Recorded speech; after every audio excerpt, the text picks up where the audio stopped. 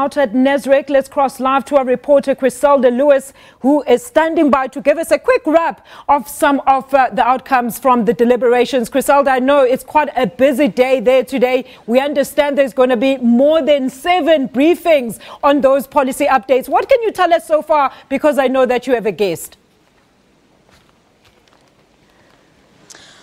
Well, a very good afternoon to you, Alicia, once again from the ANC's National Policy Conference, live here from Nasrec. And yes, we're expecting a very long 5th day, as we're expecting to have quite a number of media briefings as the commissions are now reporting back to plenary. Well, it might not be 7 today on the media briefings there, Alicia. We're getting a sense that perhaps there might be 4 on those, but quite critically looking forward to some of the feedback and the policy proposals on education, on the economy, and how the ANC needs to push policies that would benefit ordinary South Africans. But one of those that's been very vocal on what they're bringing to the table here is the ANC Youth League in KwaZulu-Natal, bringing quite a number of issues to the table on free education, as well as the scrapping of experience for young people who are entering the job market in the private sector, as well as within government. So those are just some of the issues that we're expecting to come to the fore, and a lot of light to be shared on exactly what those policy proposals are.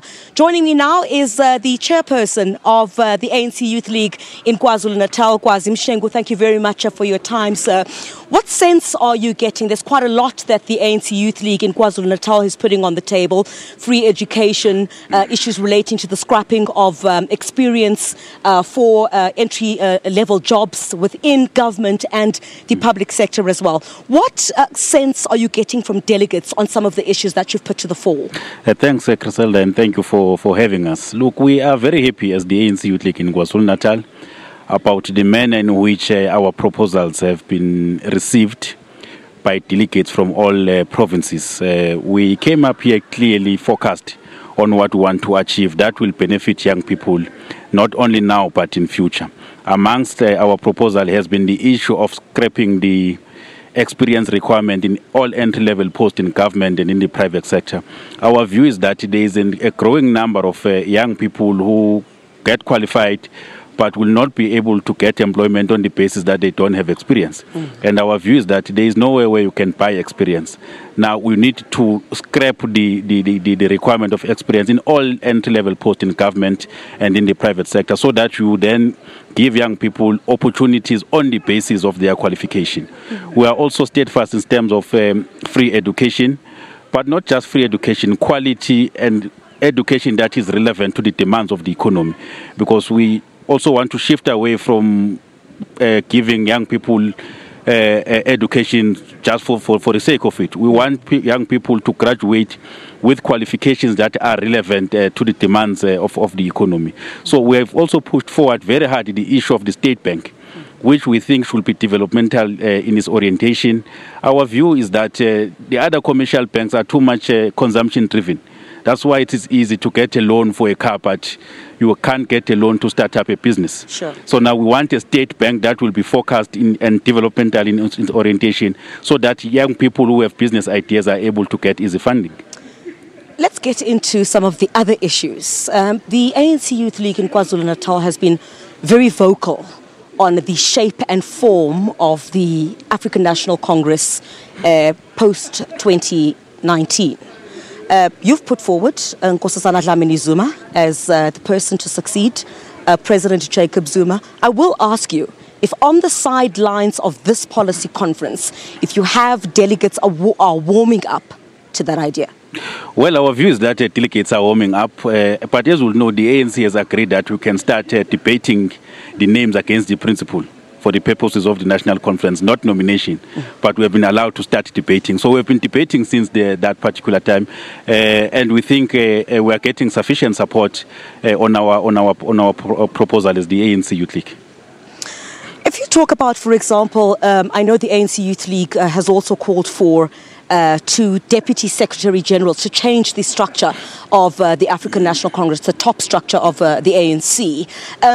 Is there talk about that within this policy conference? And again, do you get a sense that some delegates agree that the structure of the ANC as it stands does not serve the purpose which you would want perhaps to see it advance?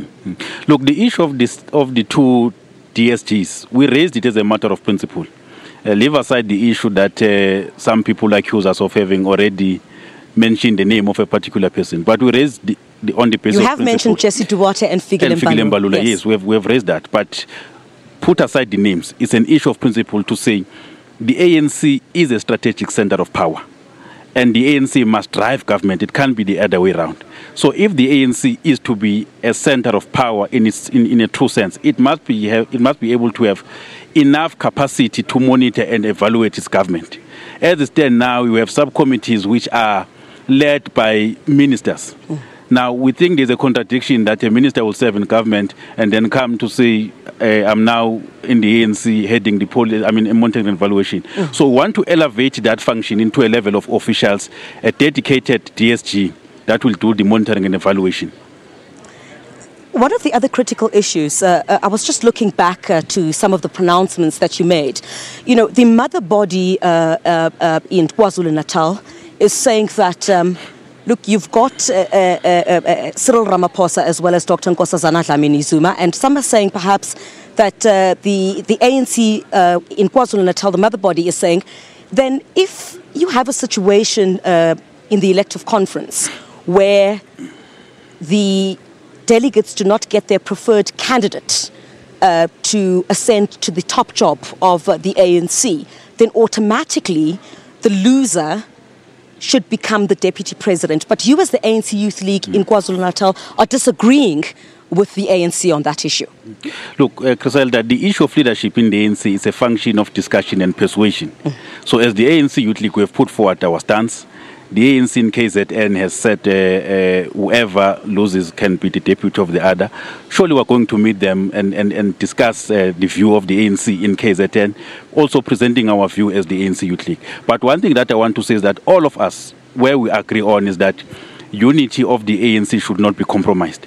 But you don't seem to be unified on that particular stance at this point. You've got the mother body that is saying automatically the candidate that does not ascend to the top job should automatically become a deputy president. But you are saying, no, that should not be the case. That's why I'm saying that it's a function of discussion and persuasion. We have never had a platform where we engage the ANC in KZN on this particular proposal. But I'm sure with the time ensuing from now on, we are going to find each other and be able to unite the organization, because the interest of all of us, irrespective of our views, is that the ANC must remain strong, the ANC must remain united, so that we are able to unite the society. We don't want post the national conference to have an ANC that has victors and vanquished. You know, those who say we're defeated will find in another conference. Those who are emerging say we're now victorious, it's our turn. So we want an ANC that is united, that is able to give leadership to society and be able to unite society. But you know, one of the fears at this point, and is what perhaps others are looking at, or fear rather, is that there could be a possible split.